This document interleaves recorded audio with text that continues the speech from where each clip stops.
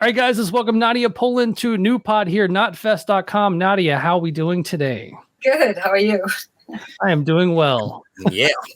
It is so amazing. That's for like new metal pod? Yes, new metal pod for notfest.com. So I mean, actually, some of the press releases I've read about you and things like that, I mean, they're basically calling you the new metal, the queen of new metal. So and you've been in this game for a very long time. So definitely an honor to have you on the podcast. Thank you. Well, yes. Thanks for having me. I know it took a minute for us to schedule, but here we are, right? Yep. It works that way. Ro, go ahead. No, I was just going to say, I'm not going to call you Queen Nadja, though, just so you know. Like, that's not happening. You don't have to. Yeah. Like, I'm not going to make you do anything. Get the rainbow. I'll be like, oh, man, do I got to call her Queen? Jesus. Yes, Your Majesty. Ugh. I guess I should get a crown with this. Right. Just walk around there you with go. a scepter and just hit people on the head. You know who I am. Well, I'll jump in here with the with kind of the resurgence of new metal lately, and Coal Chamber kind of getting back together and doing shed tours over the summer and festivals and Sick New World and Blue Ridge and everything else. How has it been for you to kind of see the resurgence of that style of music to kind of come back, and for Coal Chamber to kind of come back to such open arms? It's been really good, surprisingly good. I mean, I don't think any of us really expected, after all these years to be in the spot that we are right now, but it's been great. We have old fans coming to the shows, with their kids that are new fans now. I mean, it's, basically the audience is all over the place, which is really cool. Yeah, of course, resurgence is great for us, bring the 90s back. Those were great anyway. Well, I was going to say, just on this tour, especially, like, I mean, it's been what, 7 or 8 years since you did the Rivals tour, you know? And I mean, when you were doing Coal Chamber, you started in what, 01, 02? When you were with them? I started in 1999. Okay, so 99. Okay, so I was thinking it was, yeah, okay, yeah, 99, right? That was after Reina. So like between then and now, I mean, what are you seeing as like some of the biggest changes or the biggest differences that, in new metal and in this kind of vein of music? Well, I mean, I guess, the new metal days were kind of over when the whole emo stuff started. Isn't that what was happening right after new metal? Much, yeah. So your kind of My Chemical Romances and stuff like that started to. Yeah, that. And, so I guess, new metal was a little bit on the side, minus, of course, the big ones like Korn and, I don't know, Limp Bizkit. They've been touring, right, this whole time? Off and on, yeah. Off and on, yeah. Yeah. Cool. But, I mean, what's the difference? I mean, it just kind of was out of style, and now I guess it's in style again. We have kids coming to the shows in, like, 90s outfits, wearing everything that we used to wear or didn't wear. Right. So it's really cool to see that, but yeah, I don't know. I haven't really thought about it much, like the difference between then and now. I mean, of course, there was more bands that, were new metal bands. Right. There was a lot more going on, even in LA, that, there's concerts everywhere, shows to Strip. And now it's just kind of quiet compared to what it used to be. Yeah, totally. I mean, do you feel is that noise kind of coming back? I mean, it seems like it is now, especially with everybody kind of just doing their thing again. I hope so. I hope it's all coming back. I mean, from what I've seen playing Sick New World in Vegas, which was like the first show that we did after 7 or 8 years, and that was basically a full new metal lineup. Everybody was on there, and I have to say, everybody did great. Everybody sounded great. Everybody looked great. A lot of these people look better now than they did, 7, 8 years. Right. They're all sober now. I'm like, what is happening? But it's good, Was the vibe, I didn't get to go backstage though at Sick New World, but like, was the vibe really good? Like just everybody was just like no tension, no drama, that kind of thing. No drama, but also remember it was a very hot day. I think it was like 103 degrees. Yeah, it was pretty Everybody hot. was trying to escape the heat and be in their little dressing room and not really hang out until nighttime when it started getting a little cooler and more windy, Right. And that was super cool. Everybody was chill. I mean, a lot of us know each other from the old days, so it's, we're already friends. Right. Very cool. So when you get the call from Des to say, "Hey, we're doing the band again," are you in a position where you can drop whatever you're doing and go back and do the band, or are you kind of living life and the band you has to take a moment to want to do Coal Chamber again? Where are you at when Des calls? Well, I mean, when there is stuff booked for Coal Chamber, I will make that my priority, and I will work everything around it. I do have a life outside of Coal Chamber, clearly, but you were just sitting in a room, like waiting for the phone call, waiting by the phone. Oh my God, 8 years. When are you going to call me? But I'm flexible enough to be able to work things around that, and I think that's how people are in life. You prioritize what you want to do the most. Clearly, being a musician, being on tour, playing on stage is my priority. What do you do when you're not on stage? So what's a day in the life? All kinds of stuff. I mean, I work, I design, I'm about to do this movie in a couple of days, and some bit of acting, Nice. Just a little bit of everything, kind of like a gypsy lifestyle. Yeah. Do you still do CruelTees, or is that kind of a done thing? I do and I don't. I haven't really designed anything new in a while. When I used to do that, I used to sell the Hot Topic, and that was doing really well for a minute. And then I just kind of switched away from that. And I'm still interested in designing. It's just right now that's just not my priority, to do T-shirts. So. Right. To try and get a new T-shirt deal going. That's. No, I'm working on some other stuff. I'm working on artwork for like a comic book, and and then this acting thing and whatever else comes my way that interests me. Right on. So looking back at your life, and the one thing I thought was hilarious when I read the line about, you moved to LA at 18 to party, and then you just kind of fell into playing drums and playing bass. Mm-hmm. Kind of take us back to that time, kind of going to LA to party and then obviously getting into music and kind of that transition. Basically the story goes, my mom in Europe, because, I'm from Europe, my mom ended up winning a car in the lottery, and she exchanged that for money. And then we thought we were rich. We're like, we have all this money. What are we going to do? I'm like, let's go to Hollywood. Nice. So we came here on vacation. We had some friends actually that we knew from Europe that were already living here. So we went and visited them and fell in love with the place. I landed in LA and I fell in love the minute I landed. And I don't know why, but it's home. I love the city. And then, so we, I knew already a few musicians, and I, ended up partying a lot and jamming with some people. I started out on the drums. I played drums in Europe already. And then I just started playing with some people and jamming, and, basically through that, joining a local band, playing around town, meeting more people. That's kind of how it goes. And then one person knows the next, and just kind of go from there. Okay, I got to ask a question. I need to hear. I need to hear the Iggy Pop story. Which one? the first one, when he asked you, when he wanted to meet you. Oh yeah. Well, I'm really good friends with his then guitar player Whitey Kirst. I've known him since I was about 18 years old, I believe, and. I'm a huge Stooges fan. I'm a huge Iggy Pop fan. And when I met Whitey, he's like, well, when you want to come to one of the shows, I'll introduce you to Iggy Pop. And I always said, no, I really don't want to meet him, because if he's a dick, and I don't like him, then I'm never going to listen to the music the same way. So I just rather keep it separate. But he's like, no, he's super cool. And anyway, years go by. I never met him. And then one day Whitey called me, and this is after like a bunch of Coal Chamber tours and stuff, because I've known him way before Coal Chamber, me playing music in LA.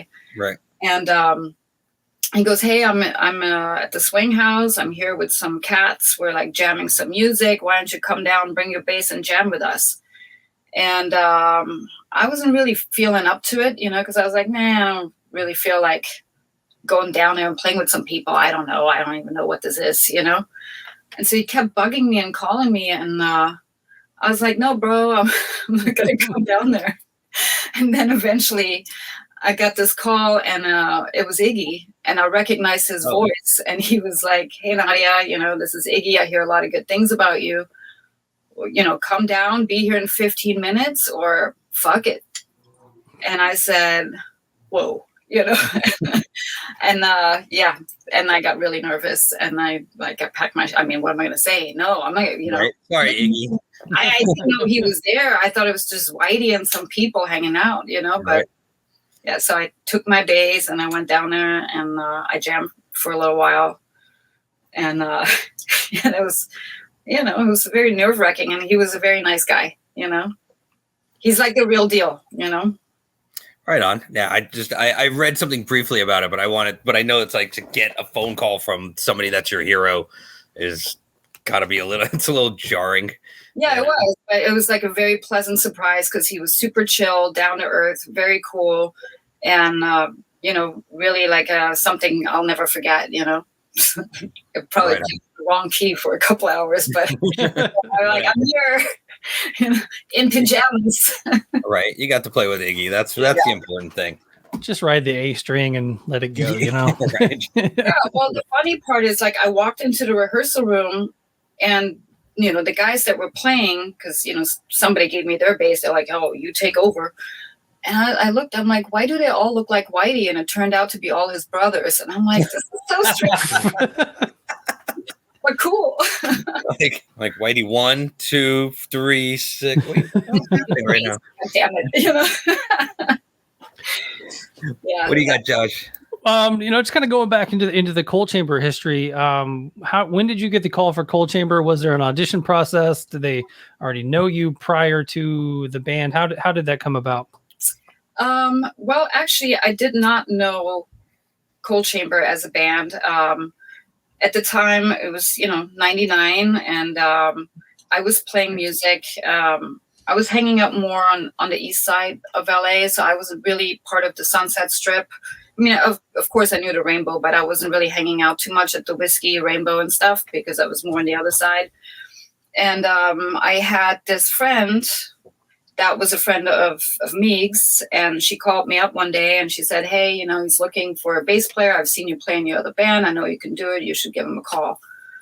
And I said, okay. And so I gave him a call. I mean, I had seen through another friend of mine some pictures of them in magazine, but I never listened to their music. So I was very unfamiliar with what they sounded like. I just knew what they looked like, Right.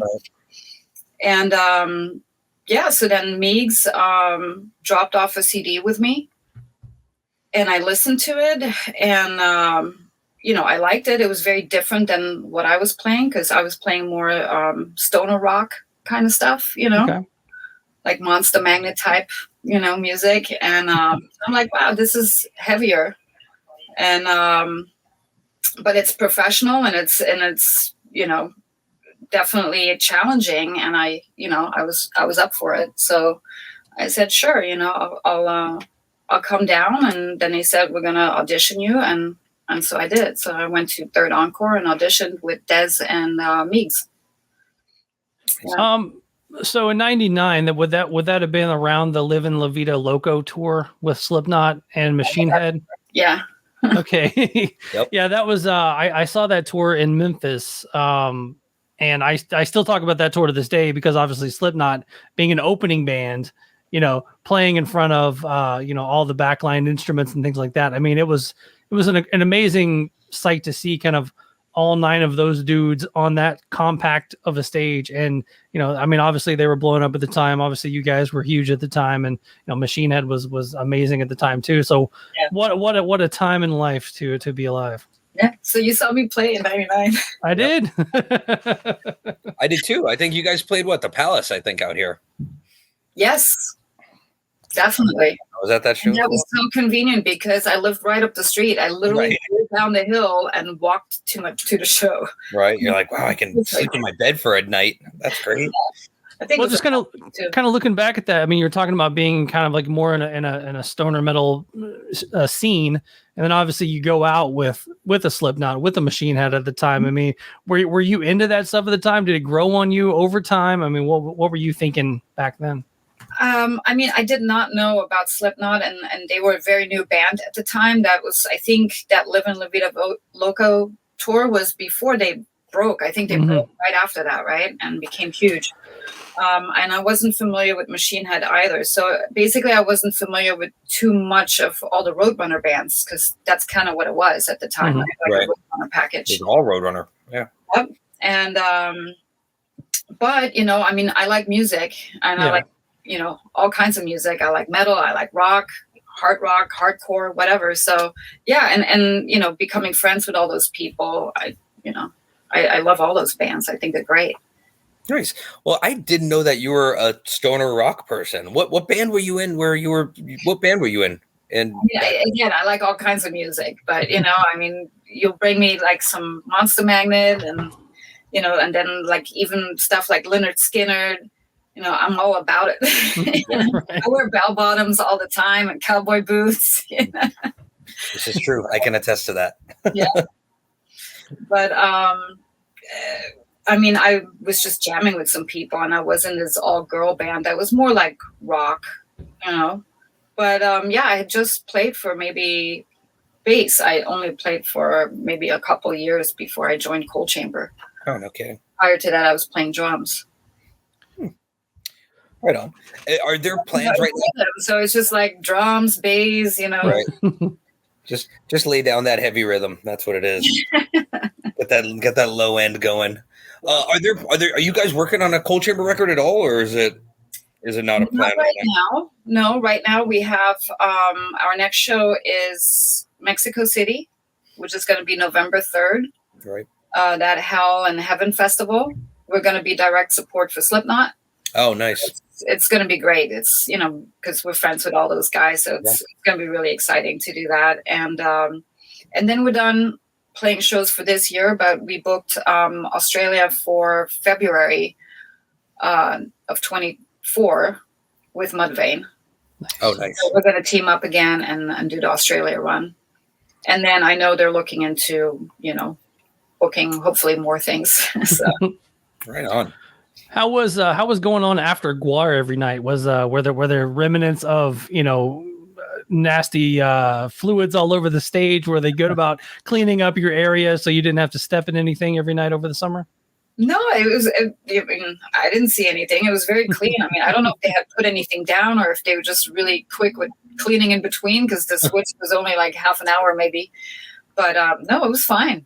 I think the people that had more of an issue with it were the people in the front 2 rows, because they were great with their stuff, and they look very pink.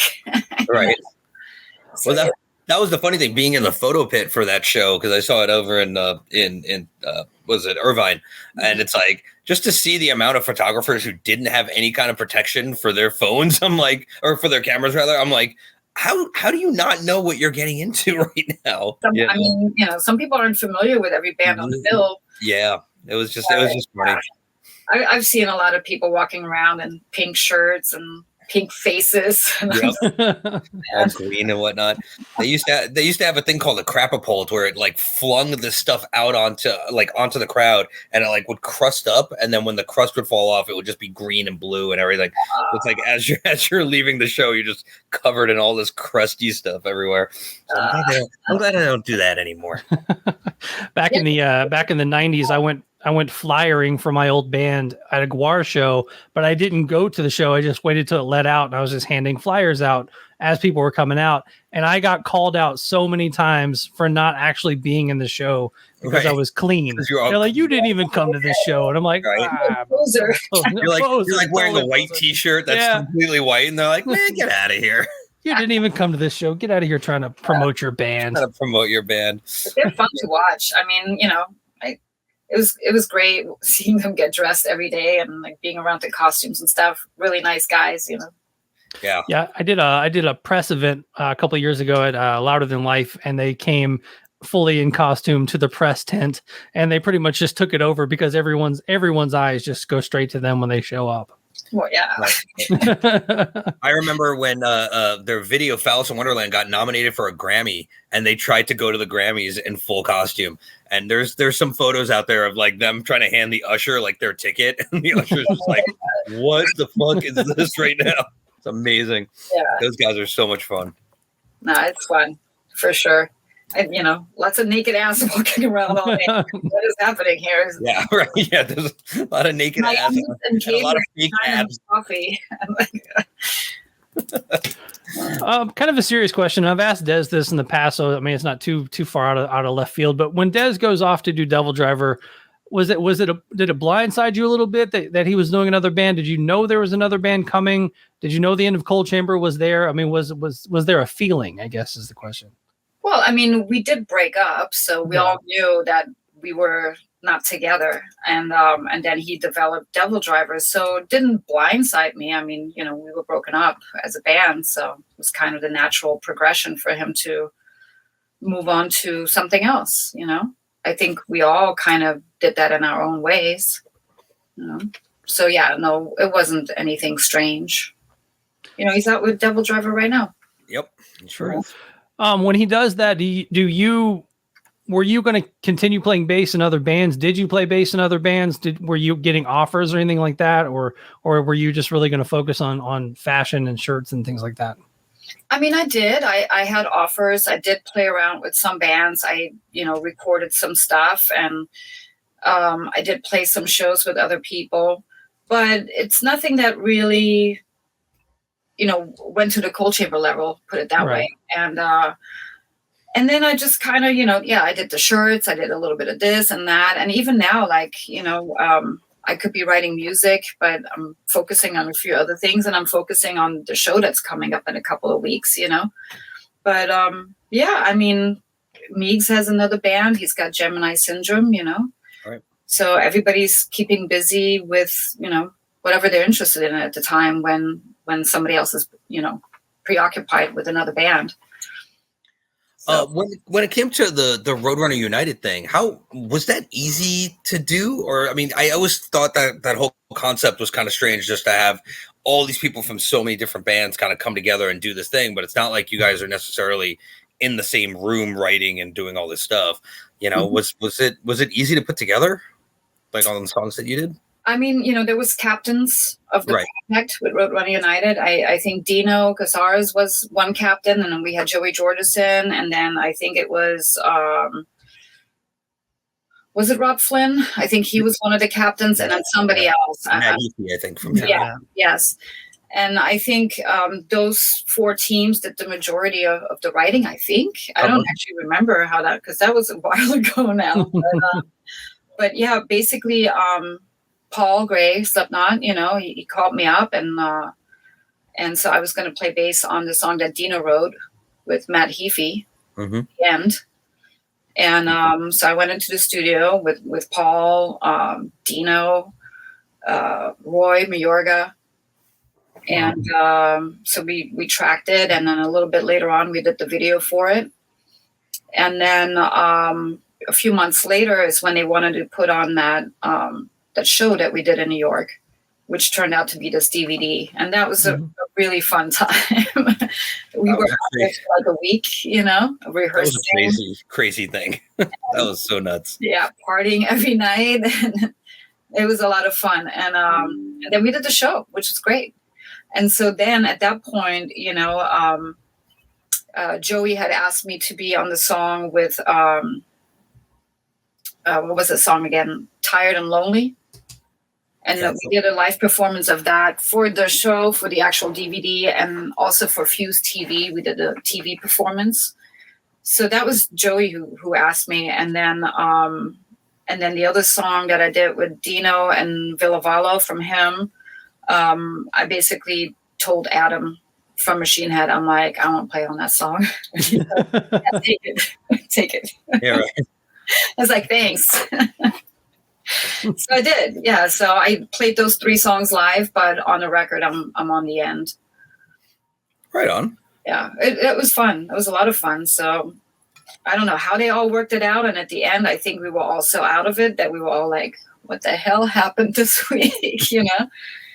But I think everybody recorded in different places, I just know the LA part because that's where I recorded. Right. I just didn't know if you were part of the whole writing process or how that all worked out. Because like you said, it's like so crazy to bring everybody together and try and pull this whole thing together.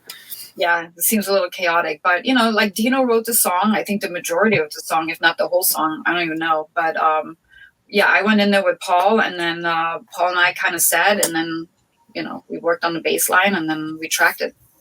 Nice. Yeah. Very cool. Are you a fan of the studio, or are you pro studio, anti studio? I play bass. I hate the studio. Love live. I like both, to be honest. Of course, live will, I will prefer that a little bit more, just because it's live. Like you're there, you're moving. It's the show. You have the feedback of the fans and everything. But I like doing studio work too. I mean, when we recorded Rivals in 2014, I think we recorded it in 2015 is when it came out. We flew to Florida, and I tracked all my bass like in 3 days. Oh, wow. And and that was very smooth. Working with Mark was great, and but we had pre-production, so we already worked out a lot of stuff together. And then Meeks and Mike had gone out there and tracked their parts, and I was the last one to come in, and then Des did the vocals separately after that. But when they were already in Florida, I was going over all the bass parts, and I can be like a bit of a stickler, so yeah. I had like 3 bass parts for each part in every song, so I'm very prepared, that must be like the German in me, so I'm just like, I must have all these parts together, But, I figured, I'm going there. I think I was booked for 5 days, but I'm like, I just want to get it done. And that way it's like, well, do you like this one, or this one? Pick one. And right. Whichever one works best for the song, that's what we're going to track. Right on. Yeah. And so 3 days later, we had it all done. And, some songs needed less bass than what I had written. So I was like, woo, and he was You're like over bass. You're like, yeah, no bass solo in this song. Yeah. I was like, well, that's good. Right. I will say, listening to, I was watching some videos before we started recording, and like your tone is so heavy. Like you have a monster tone. How much? I guess if you're a stickler for your parts, I'm assuming you're a stickler for your tone too, and like that. I mean, that is just a meaty, growly bass that you have there. Thank you. Yeah, I do like my tone. I'm not a huge stickler for it, but I'm more like, I'm not much of a gear person, but either I like it or I don't like it. For me, it's all about feel, you know, if I feel it, I like it, great, but I'm not somebody that's like a nerdy person that will tell you all about gear and this is, this and because I have no idea. I'm just like, I like it or I don't like it, I guess I'm very simple with that, and maybe old school, even now, like everybody's on in-ears. I'm the only one that's not. And I kind of refuse to be, because I'm like, I've been doing this for 24 years. It's worked. I like the monitors. I like hearing, I have the bass in the back. I like that feeling, I just need that tremble and that, heaviness of it. And, even just headphones and stuff, I'm like, oh, then I'm in my head. I don't want to be in my head. I want to be part of the stage. I guess that's how it feels for me. But as far as the tone goes, I used to play MPEG. I switched over to Mesa Boogie, which I love. I love MPEG too, but a Mesa Boogie, and now it's like, I just love Mesa Boogie. I can tell you what I'm playing too, because I'm right here, and I have the M9 Carbine. There you go.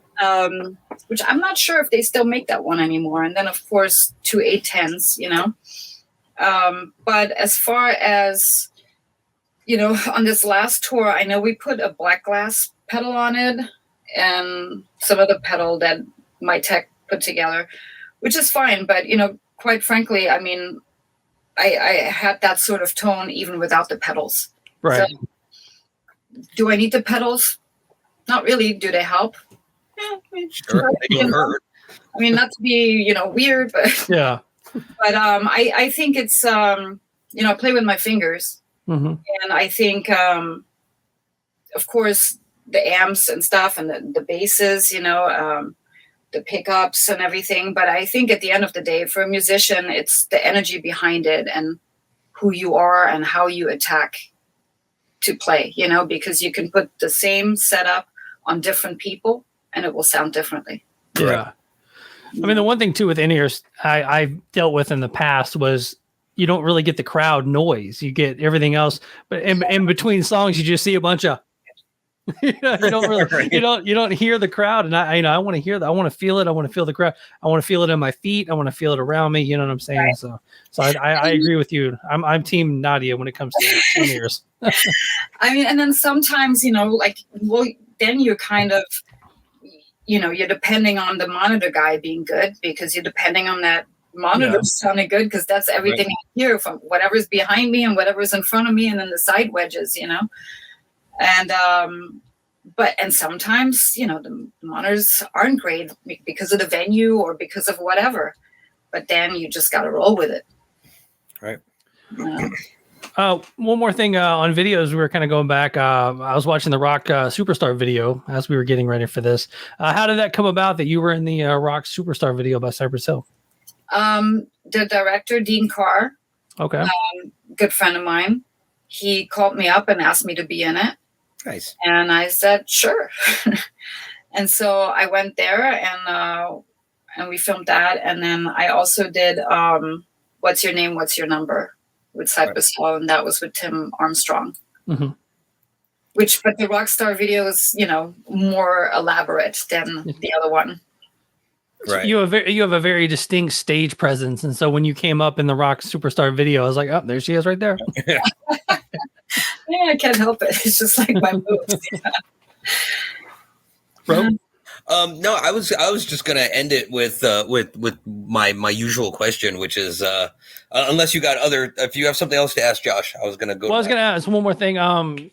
It says you have a female rock star superhero kind of graphic novel in the works where you have other female ladies in the rock world kind of as superheroes. So I was gonna see what is that and what's kind of the backstory behind all that. Right. Well, I mean, we're still working on the story, so I don't really have the story all together yet, so I can't really talk about it because I've just been making up stuff. Okay. But I've been working on some graphics. Actually, a friend of mine in Gwar is helping me, and working on some graphics, and we kind of see where that goes, and. Who knows, maybe it will be very interesting. And if I have more to tell you about it, and maybe you'll invite me back. Well, absolutely. Yeah. The story's not together yet. Does it kind of run the gamut of the ladies that have been in rock back to like Joan Jett and, back to that? Or is it more current, where you got Carla and Heidi running around from Butcher Babies? Like where are we pulling from? Yeah, I'm not even sure if it's going to be about ladies in rock, but now that you're saying it, like maybe this is something I should talk about. You're like ladies in rock. I was thinking more of random stories and include instruments and make it sort of superhero actiony interesting. But yeah, since we're not really 100% set on the story yet, I don't know, but I haven't really thought about it. But maybe I will. Maybe I'll think about the ladies of rock. It's a bad idea, actually. Right. Each one of them. Write that down, Ro, that I came up with the idea. So. Give me this idea. Yeah, right. Copyright 2023. Josh. You heard it here first. Now you got to license it. Is it for, is there a comic book company that's already putting it out, or is it something that you're pitching? No, we're not even that far yet. Oh, okay. Yeah, we're just pitching and working on stuff, Oh, right. Pitching each other, the people that are involved in it, to see what we're gonna go with at the end. That's true. That'll be cool. I mean, that would definitely bring it a lot of life if it's bringing all together all these different women in rock. That'd be kind of interesting. That would be kind of interesting. Yeah, I'm gonna have to make a phone call after this. Right. I'm like, now I'm thinking about something like, what if we did You're like, that? oh, Well, I pulled up the press release just to make sure I wasn't coming. It was crazy. It says it's currently Poland is focusing on developing graphic novels using her onstage persona alongside other strong women of rock as superheroes. So it's like I didn't even read the press release, so I'm like, what? They know more about the story than I do, and I'm the one writing the damn thing. I feel like a lot of people know more about my life than I do sometimes. Yeah. Where did you hear that? Where did you get that from? You know. So there you go. That's never how you want to hear stuff. Hey, you know more than me. Yeah, right. Now I'm writing stuff down because I'm like, I got a pitch here that I think might work. Yeah, well, a lot of creativity is coming out of this. Pretty soon, the new pod, Women of Rock as Superheroes comic books series is coming out soon. So. Right. Well, there's more women in rock now, so that's a good thing. Right. So you have a much bigger pool to choose from. That's very true. Yeah. Yeah, I will say. I mean, we're trying not to focus on that, but I mean, when you started in Coal Chamber back in the '90s, obviously the ladies in rock were few and far between, and now you pretty much every other band out there has a female member in it now. Yep. Yeah, it's very true. Which is cool though, because I think it brings out such a different I don't know, in a weird way, it's very Justice League-y in that way, where it's kind of like everyone's kind of got their strength to pull from, like you're like hypothetically speaking, but like, you're different than, Carla and the Butcher Babies is different than Morgan from Kitty, like it kind of, I don't know. Now I got ideas brewing in my head about this whole thing. So what's that? I said, now I have ideas in my head brewing about this whole thing. I'm like, what? Hey, you're gonna beat me to the punch. Maybe we're gonna find out about Rose comic book. Yeah, right. So Rose put out a comic about all the women in rock who have special powers. Wait a minute. See, but the special powers could go back somehow and tied to their band name. So you got Carla and Heidi, they're butchers, and then Morgan and Mercedes. Right. Have some sort of cat powers, and then it's just basically making kiss all over again. Liking this. I know, right? Don't worry, we'll have a brainstorm session. It'll be great. We'll come up with a whole new thing. The podcast is over. Brainstorming starts. Yeah, right. End the podcast. Begin the brainstorm. I'm all about this now. All right, Josh, do you have anything else, or I'm going to do my last one? I am done. All right, cool. So Nadja, since especially you've been into so much different kinds of music, I want to know, what are your 5 non-metal albums that metalheads need to check out? Non-metal albums. Non-metal. And from any time, right? Yeah. Yeah. Yeah. Non-metal. I mean, I would say definitely Hours. Whatever that great album is called. I'm terrible with album titles, which is why it sucks that you're asking me this. I realized, I was like, maybe I should have Hours, right? I've heard of them, yes. Well, you should check it out. That's fair enough. Hours. I like them a lot, and obviously I like Massive Attack. What else? Bowie, anything from Bowie, really. I guess Killing Joke would be metal, right? Not really, though. Right? I'm a huge Killing Joke fan, so I think it treads the line. Yeah, but I like Vast. Johnny's a fan. I like everything he puts out. Is that 5? I think it is, actually. Yeah, I think it is. I think you might have hit it. But if you have any others, let me know. Do you have a go-to Skynyrd album, or you just kind of throw it on shuffle? No, I just have go-to songs, but not albums necessarily. Yeah, there's nothing better than just a back porch, some Skynyrd, and like a beer. just hanging out. On the Hunt is like one of my faves. And obviously Simple Man. I mean, that's a song that is just undeniable. Mm-hmm.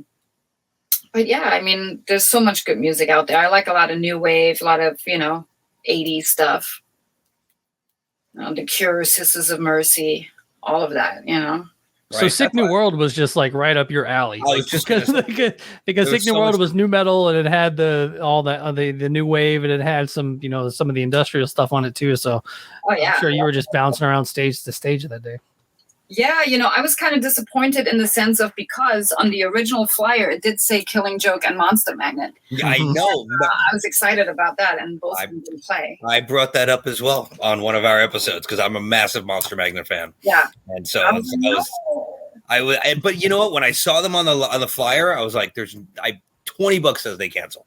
I was 100% ready for that. I knew it was going to happen. That's why it's like. I've been just trying to see wherever they're going to play. I'm like, am I going to just fly to New Jersey and just see them play? Because that's the point I'm at right now. Yeah, I mean, it's I was just like, this is perfect. Like, I've seen every band. I love all the bands, but I really wanted to see those two, and then both of them didn't show up. Yeah. And I was like, fuck. Yeah. Like, okay. Coal Chamber's canceling too. Damn it. Yeah, right. Forget it. I'm not playing the show. We're in solidarity. And then I did watch a bit of Sisters of Mercy, and I was always hoping that Patricia Morrison would show up somehow, but she hasn't been in the band in a long time. Right. But she was one of my idols. Thought she was great. Yeah, I got to see Skinny Puppy for the first time, which was awesome. Like, that was amazing. Sisters of Mercy was great. They played Skinny Puppy. They played the Sick New World. Yeah. Right. Yeah. I think I was on a plane with one of those guys. Yeah, that was that. I came FDM. I mean, like all these bands from like the 90s industrial. I was like, oh my God, this is great. But like next year, Nitzareb is playing. They got all sorts of crazy bands. Yeah, Front 242 is on the bill. Front 242. I think Frontline Assembly's on there. Yeah. It's insane. Next year's going to be loopy as well. That's great. Well, I mean, it was a fun festival. It was a great way for us to start, Coal Chamber again. Yeah. It was really hot, so whoever's playing next year, just be prepared. Well, I think they're doing it earlier this year. This year, it's in April. April 27th or something like that. So that's smart because last year was hot. It was hot, but when the sun went down, it was fucking perfect. But yeah, up until that point, it was like, all right. I mean, we played at 3 PM and in direct sunlight, and as the first show back, and I was like, my feet were like burning. I'm like, wow, I'm not sure if these shoes are gonna melt. Yeah, right. On a metal stage in Vegas. Yeah, it was it was something, but it was great. It was very special, and we had a really good time, and obviously that led to more. Yeah, really good vibes. Excellent. All around, really good vibes. It's like, what's happening?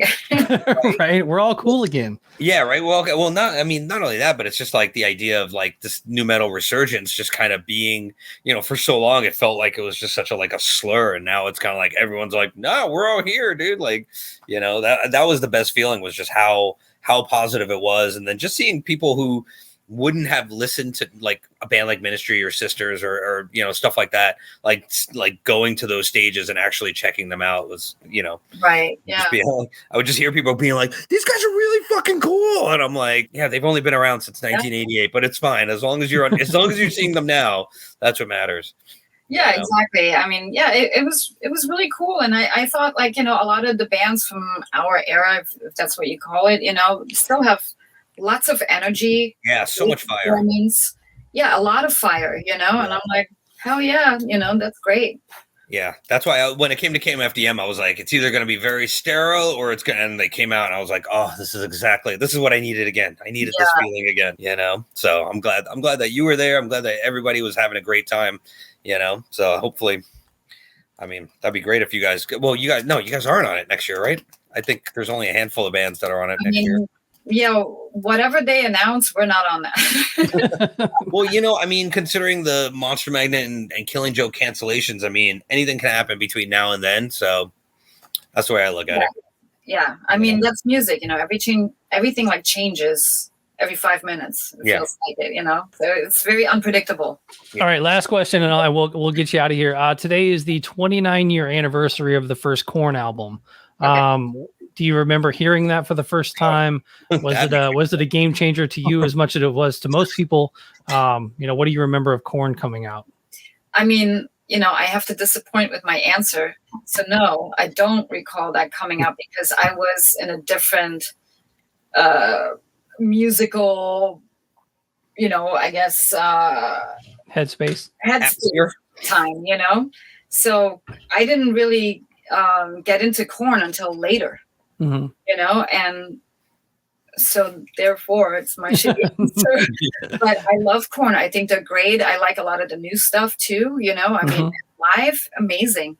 Right. I stood on the side of the stage. Somehow I sneaked my way on the side, and there wasn't many people there. I don't know. I was just going, and it was just great. Yeah, But, they're another band too. Like after 30 years almost. It's like you watch them. I watch them, and I'm just like I feel like it's like the first, in a weird way, like the first time I'm seeing them again, because it's just so good, and they're still so awesome at what they do that it's hard to deny it.